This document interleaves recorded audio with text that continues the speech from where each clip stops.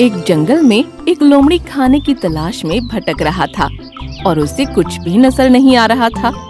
उसे छोटा बंदर का बच्चा दिखाई पड़ा तो मुंह में पानी आ गया। वो उसकी तरफ बढ़ा। उसी समय बच्चे की माँ टपक पड़ी। बंदरिया माँ ने लोमड़ी के सर पर मारा और अपने बच्चे को पास ले लिया। लोमड़ी का चेहरा देखने लायक था। लोमड़ी आगे बढ़ गया, लेकिन वहाँ पर भी उसके सामने एक बाघ आ गया। वो जान बचाने के लिए भागने लगा और बाघ पीछा करने लगा। दोनों भाग रहे थे। बाघ लोमड़ी को पकड़ नहीं पा रहा था, क्योंकि लोमड़ी जान बचाने के लिए भाग रहा था। भागते हुए लोमड़ी के सामने एक झाड़ी आई। झाड़ी के पीछे एक कुआं था। लोमड़ी उसी कुएं में गिर गया। बाघ से तो जान बच गई, लेकिन कुएं में फंस गया। हे भगवान, आपने बाघ से तो मेरी जान बचा दी, लेकिन इस कुएं में फंस गया। क्या करूं, कैसे निकलूं, यही डर सता रहा है। लगता है कोई आ रहा है। कौन है भाई? इधर आओ, अपना मुखड़ा तो दिखाओ। कुएं के पास में एक बकरा आ गया था। लोमड़ी की बात सुनकर चौंका। उसकी समझ में नहीं आया कि आवाज कहाँ से आ रही है। यह आवाज कहाँ से आ रही है? कहीं आसमान से आने वाली आकाशवाणी तो नहीं सुनी मैंने?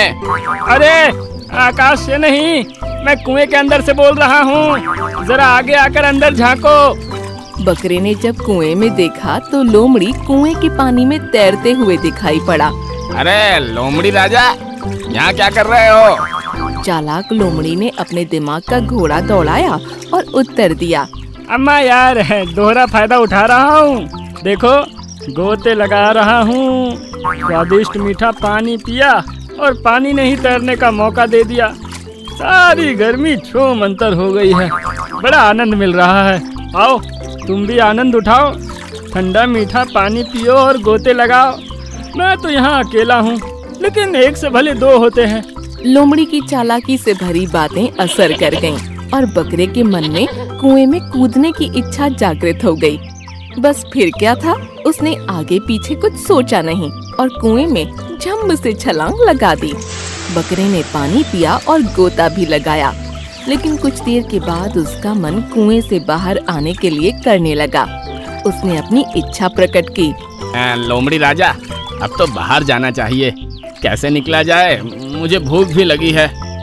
अम्मा यार, चिंता क्यों करते हो? सारा इंतजाम हो जाएगा। रहा सवाल तुम्हारी भूख का, उसका भी इंतजाम कर देता हूँ।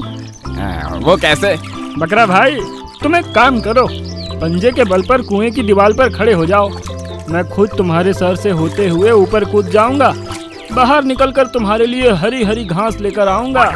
उसके साथ साथ अपने घर से एक सीढ़ी लाकर तुम्हें बाहर निकालने का मार्ग भी बनाऊंगा। इसके बाद बाहर चलकर हम अपनी दोस्ती को आगे बढ़ाएंगे, मौज मस्ती और आनंद उठाएंगे। हैं? ये तो बड़ा अच्छा विचार है। जल्दी लौट कर आना, मैं इंतजार करूंगा। हाँ हाँ, आगे आगे देखना होता है क्या। बकरा दो पैरों पर कुएं की दीवार के सहारे खड़ा हो गया। लोमड़ी उसकी पीठ पर चढ़ते हुए सर से होते हुए कूदकर कुएं से बाहर निकल गया। जल्दी आना लोमड़ी राजा। किसका आना, कैसा आना? अब तो भैया नाना नाना। अरे ये क्या कह रहे हो? मुझे धोखा दे रहे हो। मैंने बहुत बड़ी गलती कर दी, जो तुम्हारी बातों में आ गया। अब मैं क्या करूं? ये तो पहले सोचना चाहिए था। इस तरह से धूर्त लोमड़ी चालाकी दिखाकर खतरे से बाहर निकल गया, लेकिन बिना विचार किए बकरे ने जो निर्णय लिया उसका नतीजा बुरा हुआ। इसीलिए कहते हैं, अजनबी से हमेशा सावधान रहो और बिना विचारे कोई काम मत करो। यह कहानी एक चतुर गधे की है। वैसे लोग गधे को एक मूर्ख प्राणी मानते हैं, लेकिन यह गधा मूर्ख नहीं था, बल्कि दूसरों को मूर्ख बनाने में माहिर था।